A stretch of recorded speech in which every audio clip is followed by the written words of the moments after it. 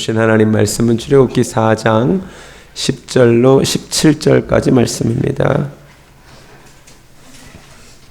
출애굽기 4장 10절로 17절까지 말씀을 한 절씩 교독하겠습니다. 우리는 매일 새벽 기도와 금요 예배 시간에는 출애굽기 말씀을 읽어가고 있습니다. 제가 새벽에 9절까지 설교했기 때문에 오늘은 10절부터 17절까지 설교합니다. 강해 설교가 뭐냐면요, 하나님께서 읽게 하시는 말씀이 교회에 주시는 하나님의 말씀인 줄로 믿는 것입니다. 제가 본문을 정하는 것이 아니라 차례로 이 시간에 하나님께서 이 말씀을 통해 우리 교회에 주시고자 하시는 말씀이 있다고 인정하는 자세가 먼저 필요합니다. 오늘 분명히 이 말씀을 통하여 하나님께서 교회와 여러분에게 주시고자 하시는 말씀이 있는 줄로 믿습니다. 출애굽기 3장에서 하나님이 불타는 떨기나무 가운데 나타나셔서 모세에게 놀라운 사명을 주십니다. 가라는 것입니다. 내 백성을 구원해 내라는 것입니다. 그런데 3장부터 오늘 읽은 4장 17절까지 모세는 계속해서 사양합니다. 첫 번째 사양 3장 11절 한번 보시기 바랍니다. 모세가 하나님께 아뢰되 내가 누구이기에 바로에게 가며 이스라엘 자손을 애굽에서 인도하여 내리이까. 못 가겠다는 겁니다. 하나님이 뭐라고 하십니까? 내가 너와 함께 있을 테니까 가라. 그랬더니 모세가 이번에는 그러면 하나님의 이름이 무엇이십니까? 라고 묻습니다. 그래서 하나님이 너무나 친절하게도 하나님의 이름을 알려주셨습니다. 그게 바로 지난주 금요 예배 설교였습니다. 그런데 모세가 하나님의 이름을 잘 듣고 나서 뭐라 그러냐? 4장 1절. 모세가 대답하여 이르되 그러나 그들이 나를 믿지 아니하며 내 말을 듣지 아니하고 이르기를 여호와께서 내게 나타나지 아니하셨다 하리이다. 또 못 가겠다는 겁니다. 사람들이 안 믿어줄 거라는 것입니다. 하나님이 어떻게 하십니까? 지팡이를 던져라, 뱀이 될 것이다. 손을 품에 넣었다 빼라, 나병이 들었다가 온전해질 것이다. 이 두 가지 표적도 안 믿거든 나일 강물을 땅에 부으면 피가 될 것이다. 하나님께서 놀라운 기적도 보여주십니다. 이거를 듣고 나서 오늘 10절에서 모세가 이럽니다. 모세가 여호와께 아뢰되 오 주여 나는 본래 말을 잘하지 못하는 자니이다. 이제는 또 말 못하니까 못 가겠다는 겁니다. 하나님이 또 뭐라 그러십니까? 누가 사람의 입을 지었느냐? 가라. 그런데 대단한 사람 모세가 한 번 더 거절합니다. 13절에 모세가 이르되 오 주여 보낼 만한 자를 보내소서. 5번 거절합니다. 그러니까 하나님이 이제 진노하신 겁니다. 여러분, 이 모세의 이 모습을 보면 어떠십니까? 좀 답답하십니까? 좀 한심하십니까? 그죠? 참 너무하다. 그런데 우리도 신앙생활 하다 보면 모세처럼 반응할 때가 은근히 많다는 거 아세요? 제가 목회하면서 성도님들 중에 누군가에게 찬양팀 한번 해보시겠습니까? 그러면 저는 노래를 못합니다. 이래요. 우리 새가족 팀이 생겼으니까 바나바 한번 해보시겠습니까? 그러면 저는 숫기가 없어서 못하겠는데요. 이러셔요. 그러면 주일학교 선생님 해보시겠습니까? 그러면 또 가르치는 은사가 없으시다 그러고, 미디어 팀 섬겨달라 그러면 컴맹이라 그래요. 그러니까 모세가 자꾸 사양한다고 보낼 만한 자를 보내소서 이러는데 우리도 그래요. 그 집사님 참 잘하실 것 같다고, 저 형제 참 잘할 것 같다고 보낼 만한 자를 보내소서 똑같은 겁니다. 그러니까 우리가 언제나 모세처럼 이렇게 반응할 때가 많습니다. 그런데 하나님께서 말씀하셨습니다. 내가 보낼만 하니까 보내는 거라는 거예요. 한마디로. 그래서 오늘 설교 제목이 보낼만 하니까 보내십니다는 것입니다. 우리가 지금까지 혹시 하나님의 일을 맡겨질 때 사양한 모세와 같았다면 오늘 주시는 말씀을 통하여 하나님께서 나에게 그 일을 맡겨주실 때는 내가 감당할 만하니까 하나님이 맡겨주시는 거나, 그래서 순종하는 은혜가 있기를 주님의 이름으로 부탁드립니다. 아멘 하셨습니다. 하나님은 모세처럼 반응하는 사람보다 이사야처럼 반응하는 사람을 좋아하십니다. 이사야 6장 한번 가보시겠습니다. 이사야 6장에서 이사야가 환상을 봅니다. 8절을 보면 내가 또 주의 목소리를 들으니 주께서 이르시되 내가 누구를 보내며 누가 우리를 위하여 갈고 하시니 그때 내가 이르되 내가 여기 있나이다 나를 보내소서. 아멘. 하나님은 이렇게 반응하는 자를 기뻐하십니다. 여러분 앞으로 교회에서 무슨 일이 있을 것 같으면 뭐가 있을 것 같으면 어떻게 하시라고요? 제가 하겠습니다. 제가 하겠습니다. 이것을 하나님이 기뻐하십니다. 아멘. 아멘. 감사합니다. 본문으로 돌아와서 몇 가지를 조금 더 살펴보겠습니다. 모세가 오늘 본문에서 하나님의 그 가라는 명령에 불순종하는 가기를 꺼려야 하는 직접적인 이유는 무엇입니까?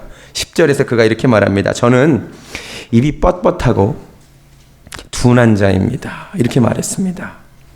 이 말이 무슨 뜻일까요? 모세가 언어 장애가 있었을까요? 말을 더듬었을까요? 그랬을 수도 있지만 사도행전 7장 한번 가보시겠습니다. 사도행전 7장 말씀에 이런 말씀이 있습니다. 사도행전 7장 22절.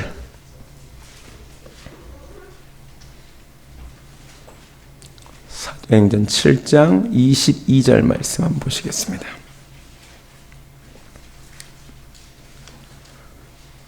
제가 읽어드릴게요. 모세가 애굽 사람의 모든 지혜를 배워 그의 말과 하는 일들이 능하더라. 아니네요. 영어로 분명히 뭐라고 되어 있냐면 He was powerful in speech라고 되어 있습니다. 그럼 뭐예요? 사도행전에서는 말이 능하다고 그랬는데 출애굽기에서는 말이 입이 뻣뻣하고 혀가 두네요. 뭐가 맞아요? 성경이 모순인 건가요? 성경이 모순이 아니라 너무나 디테일하게 모세의 상황을 사실은 설명해주고 있는 것입니다. 자, 사도행전 7장이 뭐라고 말합니까? 모세가 애굽 사람의 모든 지혜를 배워 그의 말과 하는 일들이 능합니다. 모세는 40년간 이집트 왕자로 자랐습니다. 40년간 이집트어를 사용했습니다. 그는 이집트어로 매우 말하는데 능한 사람이었습니다. 이해가 되십니까? 자, 그런데 지금 하나님께서 모세에게 가라고 하는 대상이 누군지 한번 출애굽기 4장 돌아와서 잘 보시기 바랍니다. 지금 모세가 누구 앞에 가기를 두려워하는지 한번 잘 보시기 바랍니다. 모세가 바로 앞에 가는 것을 두려워하는 것이 아닙니다. 모세가 지금 두려워하는 대상이 누구냐면 이스라엘 백성들 앞에 가서 말하는 것을 두려워합니다. 이스라엘 백성들이 하나님이 내게 나타났다는 것을 안 믿을 것이고 내가 이스라엘 백성들에게 말하는 것을 자꾸 걱정하면서 하는 말이 나는 입이 뻣뻣하고 혀가 둔합니다. 감이 오십니까? 감이 오십니까? 모세가 이집트어로 말이 능했던 사람입니다. 그런데 히브리어는 생각을 해보세요. 얘가 히브리인으로 태어났지만 어렸을 때부터 바로의 궁전에 자랐기 때문에 이집트어는 능통했지만 히브리어로 말한다고 생각하면 어떻게 된 거예요? 입이 뻣뻣하고 혀가 둔해졌던 거죠. 우리 같은 이민자들은 이거 금방 이해할 수 있어요. 여기 앉아있는 우리 어디 갔지? 어디 갔네. 서현이나 이런 애들이 영어로 막 청산유수같이 얘기해요. 얘가 갑자기 한국말 얘기를 하면 뭐 이런단 말이에요. 이해가 되세요? 우리 같은 이민자들은 충분히 이해할 수 있는 상황이에요. 그러니까 모세가 바로에게 가는 것을 지금 두려워하지 않습니다. 그는 이집트어를 매우 잘해요. 40년을 썼기 때문에. 그런데 히브리어는 자신이 없는 거예요. 히브리어를 말하려고 하면 혀가 뻣뻣해지고 입이 둔해지는 겁니다. 지금 이 상황을 얘기하고 있습니다. 이렇게 이해하면 편합니다. 지금 미국에서 자라고 대학까지 나온 어떤 전도사님에게 2세 전도사님에게 1세 교회 담임 목사님으로 가라. 이거랑 똑같은 거예요. 그럼 부담될 거 아니에요. 거꾸로. 사실 저만 해도 제가 영어로 충분히 설교할 수 있지만 제가 가끔 영어 설교하실 때 보시면 제 표정이 굳어지는 거 못 느끼시죠? 제가 표정이 굳어져요. 입이 뻣뻣해져요. 혀가 마르고요. 저는 영어로 설교할 수 있음에도 불구하고 저보고 만약에 하나님께서 베델교회 사임하고 옆에 그 12스톤 가서 담임 목사 하라 그러면 주여 보낼 만한 자를 보냈어서 내가 이렇게 할 것 같아요. 지금 그 상황이에요. 그 상황. 아멘. 그 상황입니다. 그러니까는 이게 모세가 말 더듬이었다기보다는 자신이 없는 거예요. 가만히 보니까 히브리어로 사람들을 이끌어갈 자신이 없었던 겁니다. 이해가 되시죠? 그런데 놀라운 것은 하나님이 뭐라고 말씀하시냐면 모세가 보기에 그게 부족하다는 거지 하나님 보시기에는 충분하다는 거예요. 맡길만 하니까 계속 맡기신다는 거예요. 그리고 사실 이것이 모세에게 축복의 길이니까 그 길에 동참하라고 계속 하나님이 축복의 길을 열어주시는데 모세가 그거 모르고 계속 사양하는 것입니다. 사랑하는 성도 여러분, 사실 내가 잘할 수 있는 일을 하나님이 내게 맡기면 그건 내가 합니다. 내 능력으로 합니다. 맞습니까? 그런데 내가 부족하다고 느껴지는 일을 내가 할 수 없다고 하는 일을 하나님께서 맡기실 때가 있습니다. 그것은 하나님이 도와주시겠다는 뜻임을 깨달으시기 바랍니다. 이게 비밀이에요. 내가 잘할 수 있는 일을 하나님이 내게 맡길 때 우리는 하나님께 기도하지 않습니다. 왜냐하면 내가 할 수 있으니까요. 그런데 내가 이 일이 부족해. 할 수 없어. 할 수는 있지만 너무 부족할 때 우리는 하나님을 찾게 되어 있습니다. 여기서 고린도후서 12장의 비밀이 풀립니다. 고린도후서 12장으로 가시겠습니다. 고린도후서 12장.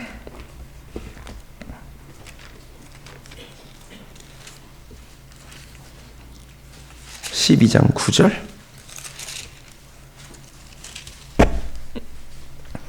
하나님께서 자기 몸의 가시를 없애달라고 기도하는 사도 바울에게 이렇게 말씀하셨습니다. 나에게 이르시기를 내 은혜가 너에게 족하도다. 이는 내 능력이 약한 데서 온전하여짐이라 하신지라. 아멘. 놀라운 비밀이 하나 있는데 하나님의 능력이 사람의 약한 데서 온전해진대요. 이게 비밀이라는 거죠. 왜? 사람이 잘해, 강해. 그러면 하나님의 능력을 구하지 않아요. 하나님의 능력이 온전히 나타날 수가 없어요. 그런데 내가 부족해, 연약해. 그때 하나님께 매달릴 때 하나님의 능력이 온전히 나타나게 될 줄로 믿습니다. 아멘. 여러분, 하나님께서 무슨 일 맡기실 때 하나님 저 못해요, 부족해요 이렇게 말하기보다 하나님이 내게 맡기시면 하나님이 나를 통해 하실 일이 있음을 믿고 순종하시기 바랍니다. 그러면 하나님의 능력이 온전히 나타납니다. 저는 사실 아까 우스갯소리로 미국 교회 담임 얘기했지만 비슷한 경험이 있어요. 저는 보통 전도사님들이 가지고 있지 않는 특이한 이력이 하나 있었습니다. 저는 한국에서 영어 예배 담당 전도사였습니다. 미국 사니까 이게 별로 특이한 이력이 아니지만 저는 한국에서 영어 예배 담당 전도사를 했습니다. 그 당시에 교환학생 경력 7개월 있는 저에게 성락성결교회라고 굉장히 큰 교회에서 영어 예배 담당 전도사로 오지 않겠느냐는 제안이 왔습니다. 자신이 없었습니다. 진짜로 보낼 만한 자를 보내소서라는 말이 저절로 나왔습니다. 그런데 기도하는 가운데 하나님의 인도하심이 있는 것 같아서 그곳에 갔습니다. 근데 갔는데 여러분 이제 막상 간다고는 했는데 얼마나 마음에 긴장이 되겠습니까? 제가 뭐 했겠습니까? 기도합니다. 기도. 하나님 제 입술을 주장하여 주시고 저들의 귀도 주장하여 주시고 하나님 역사하여 주시라고 도와주시라고. 우리 영어 예배가 얼마나 좋았냐면요. 진짜 엄청나게 부흥했어요. 부흥도 사람으로도 엄청 많이 부흥했어요. 그래서 우리 교단 성결신문에 기사도 나왔어요. 거기서 우리 아내를 만났습니다. 하나님께서 거기서 예비하신 은혜가 있더라고요. 그 어떤 곳에서보다 하나님이 계속 부어주시라는 거예요. 제가 그때도 경험했습니다. 하나님의 능력은 언제나 약한 데서 온전해지더라고요. 성경에 에훗이라고 하는 사사가 등장합니다. 혹시 들어보셨습니까? 성경에 이 에훗은 왼손잡이라고 나옵니다. 그런데요. 사실 정확한 번역은 왼손잡이가 아닙니다. 히브리어 원문에 어떻게 되어 있냐면 에훗은 오른손이 묶인 자라고 되어 있습니다. 이제 정확하게 말하면 에훗은 왼손잡이가 아니라 오른손을 정상적으로 쓸 수 없었던 사람이었습니다. 그래서 그는 왼손을 쓸 수밖에 없었던 사람입니다. 그런데 그 약함이 있는 사람을 하나님께서 사사로 쓰신 것입니다. 그래서 한 성경학자가 에훗에 대해서 이렇게 주석합니다. 오른손을 쓰지 못하던 에훗, 그는 자신의 약점 때문에 하나님을 의지하고 살았다. 그랬더니 주님의 오른손이 에훗의 오른손이 되었다. 하나님이 친히 에훗의 오른손이 되어 주셨다. 할렐루야. 아멘. 우리 다 연약합니다. 다 부족합니다. 그러나 이 부족함을 가지고 하나님의 일을 할 때 하나님이 채워주실 줄로 믿습니다. 아까 첫 번째 부른 찬양이 참 은혜되더라고요. 생명 주께 있네. 능력도 주께 있고 소망도 주님 안에 있는 줄로 믿습니다. 본문으로 돌아와서 이렇게 하나님께서 모세에게 계속해서 설득을 하시는데도 모세가 계속해서 거부를 합니다. 그러니까 주님이 진노하십니다. 여러분, 하나님이 진노하실 때를 잘 봐야 됩니다. 하나님이 언제 진노하시는지를 우리가 알아야 됩니다. 하나님이 언제 진노하십니까? 하나님의 마음을 모를 때 진노하십니다. 지금 모세에게 부족한 것이 사실은 언어 실력이 아닙니다. 모세에게 부족한 것은 하나님의 마음을 모르는 것입니다. 하나님의 일을 생각하지 않는 것입니다. 마태복음 16장에서도 예수님께서 베드로에게 화를 내십니다. 다른 이유가 없습니다. 네가 지금 하나님의 일을 생각하지 아니하고 사람의 일만 생각한다고 주님께서 화내셨습니다. 여러분, 좋으신 하나님께서 우리에게 언제 진노하시느냐? 우리가 말하고 생각하고 판단하는 모든 것이 다 인간적일 때, 하나님에 대해서는 한 가지도 생각하지 않을 때 하나님은 그때 진노하신다는 것을 깨달으시기 바랍니다. 누가 주의 마음을 알아? 누가 주의 마음을 알겠느냐고 사도 바울이 썼습니다. 하나님의 마음을 아는 이 밤이 되기를 원합니다. 앞으로 우리 교회가 무수히 많은 결정들을 하게 될 것입니다. 그럴 때에 오가는 이야기 가운데 내 생각에는, 지금 우리 교회 처지에는 이런 식의 말이 아니라 하나님의 뜻이 어디에 있는가를 먼저 구하는 우리가 되기를 원합니다.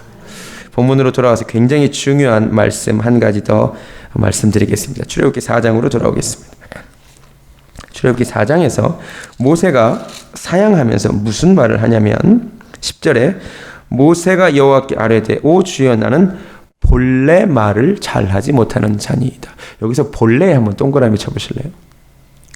그 다음에 주께서 주의 종에게 명령하신 후에도 역시 그러하니, 후에도 역시 한번 동그라미 치실래요?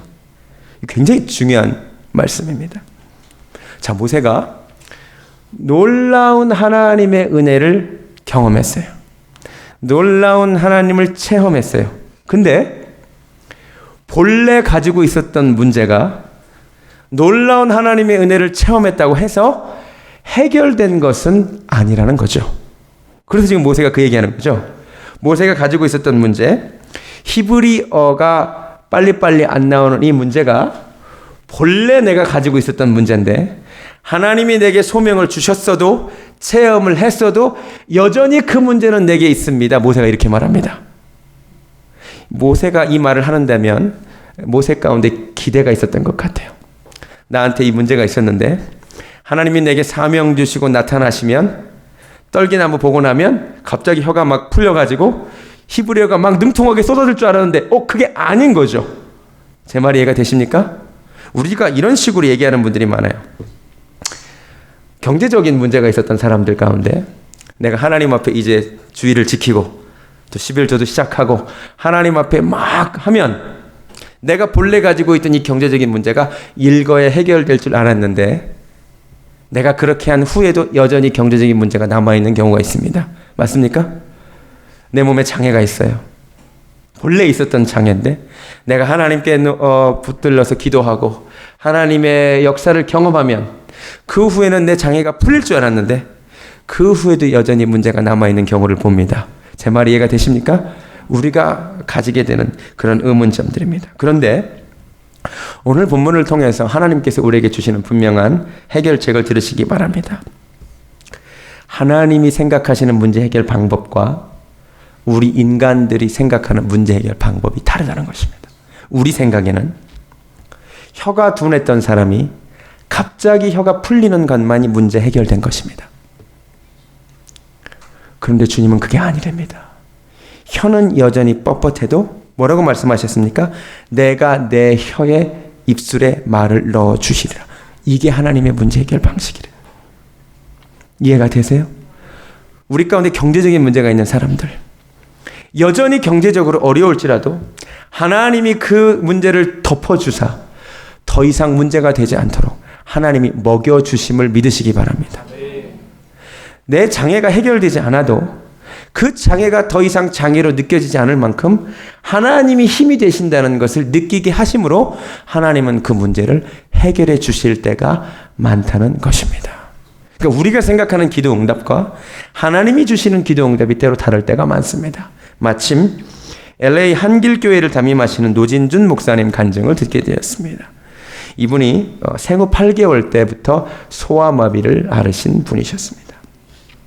그는 고등학교 2학년 때 목사가 되기로 헌신하고 4년 동안을 하나님께 자기 다리를 고쳐달라고 날마다 울면서 기도했습니다. 거의 하루도 안 빼놓고 하나님께 기도했답니다. 그런데 어느 날 그의 기도가 응답되어 더 이상 기도하지 않게 되었답니다. 어떻게 응답되었느냐? 다리가 고쳐진 것이 아닙니다.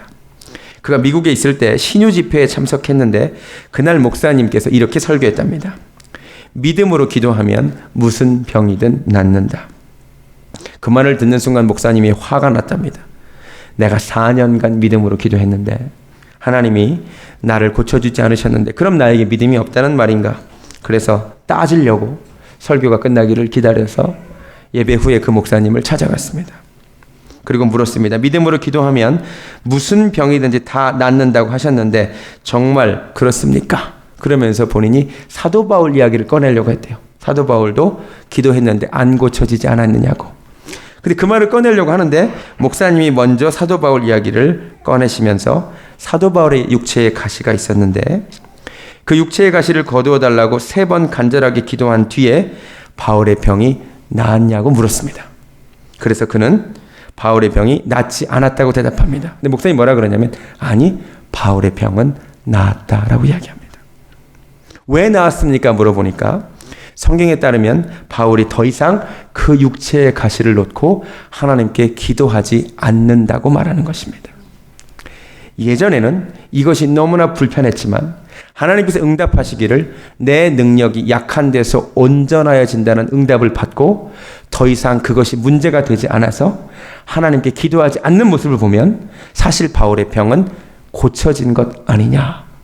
그 말을 들을 때 본인도 자기 병이 나음을 느꼈답니다. 이분 이렇게 얘기합니다.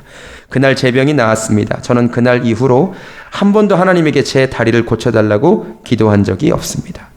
물론 지금도 하나님이 원하면 고쳐주실 수 있다고 믿고 지금도 장애로 인한 불편은 느끼며 살지만 하나님의 계획과 뜻을 깨닫고 믿음으로 그 하나님의 계획을 신뢰하게 되면서 저에게 장애는 하나님을 온전히 의지하게 하는 은사가 되었습니다. 하나님의 선하심을 믿기에 저를 사용하시기 위해 제 몸에 장애를 두셨다는 사실도 받아들이기로 했기 때문입니다. 많은 경우 우리가 생각하는 방식으로 문제가 해결되지 않습니다. 문제는 본래도 후에도 남습니다. 우리 중에 경제적인 어려움으로 고생하시는 분들이 갑자기 예수 믿었다고 거부가 되는 경우도 있지만 많은 경우 그대로 경제적인 어려움은 남아도 그것이 더 이상 그 사람의 삶을 옥죄지 않게 되는 변화가 생겨날 줄로 믿습니다. 관계에 여전히 문제가 있어도 직장에 여전히 문제가 있어도 내 몸에 여전히 문제가 있어도 더 이상 그 문제가 나를 옥죄지 않고 나를 주장하지 않고 그 문제를 덮으시는 하나님의 손길을 보게 되는 것, 문제가 더 이상 크게 느껴지지 않는 것, 그것을 하나님이 원하심을 깨닫기를 주님의 이름으로 축원합니다. 또 하나의 해결책은 하나님께서 모세에게 아론이라고 하는 돕는 손길을 붙여주셨습니다. 내 형 아론이 있지 아니하냐? 그가 말 잘하는 것을 내가 아노라. 하나님께서 우리 문제를 해결해 주시는 또 다른 중요한 방법 중에 하나는 문제를 더 이상 문제로 느끼게 하지 않게 해주실 뿐만 아니라 나는 할 수 없는 그 일을 대신 해줄 아론과 같은 돕는 손길을 하나님이 붙여주실 때가 많다는 것입니다. 경험해 보셨습니까? 못하셨습니까?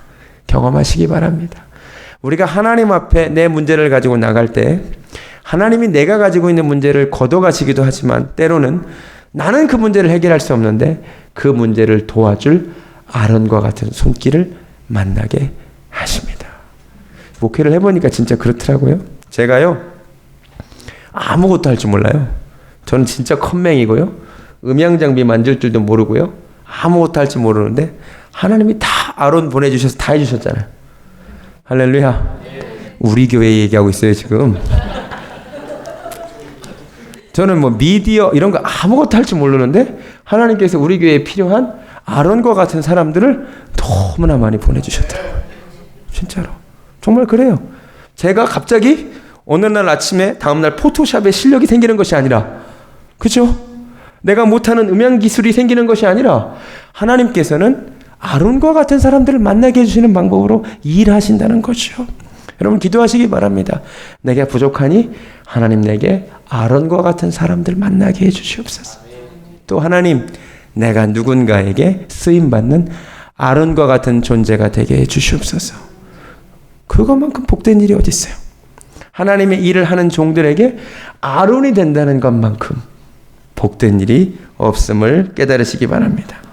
한 가지 더, 하나님께서 모세에게 주신 해결 방법은 17절에 너는 이 지팡이를 손에 잡고 이것으로 이적을 행할지니라. 그러니까 하나님께서 문제를 해결해 주시는 세 번째 방법은, 첫 번째는 문제가 더 이상 문제로 느껴지지 않게 하시고, 두 번째는 돕는 손길을 허락하시고, 세 번째는 하나님의 지팡이를 붙들게 하십니다. 원래 이것이 모세의 지팡이였는데 뱀으로 변한 적이 있는 지팡이. 한마디로 하나님이 역사하신 증거를 하나님의 손에 붙들게 하십니다.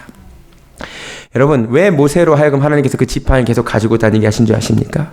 어려울 때마다 그 지팡이를 통하여 하나님께서 행하신 일을 기억하라는 것입니다. 여러분, 우리 인생에 지금까지 하나님께서 우리 삶에 베푸신 하나님의 은혜가 있는 줄로 믿습니다. 하나님의 지팡이들이 있는 줄로 압니다. 어려울 때 그 지팡이 붙드시기 바랍니다. 그 하나님의 지팡이를 손에 붙들고 나갈 때에 하나님께서 나의 부족함에도 불구하고 역사하시고 놀라운 일을 행하실 것이기 때문입니다. 말씀을 마칩니다. 하나님께서 우리를 부르실 때, 하나님께서 우리를 사용하고자 하실 때, 주님 보낼 만한 자를 보내소서 이렇게 대답하지 말고, 하나님이 보내실 만하니까 나를 보내시는구나. 주님, 내가 여기 있사오니 나를 사용하여 주시옵소서. 나는 약하나 주님은 강하십니다.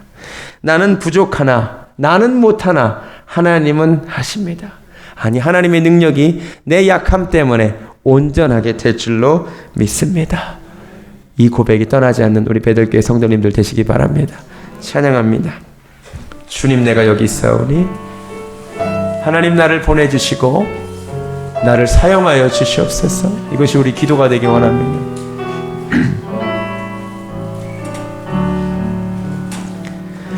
주님, 내가 여기 있사오니 하나님 나를 보내소서.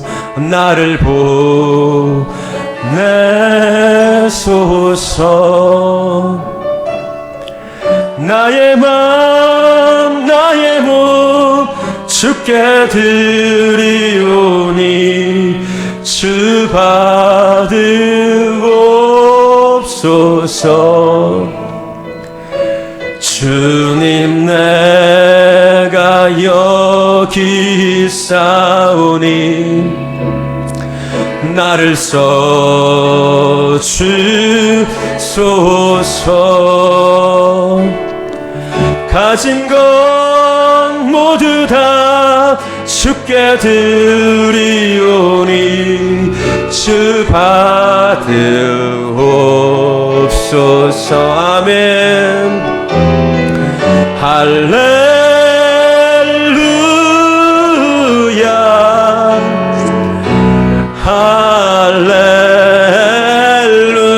할렐루야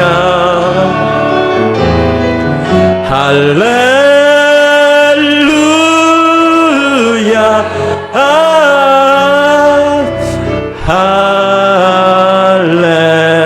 할렐루야. 우리 이 시간 하나님께 주님, 내가 여기 있습니다. 하나님의 나라를 위하여, 하나님의 영광을 위하여 부족한 나라도 사용하시겠다면 하나님 나를 사용하여 주시옵소서.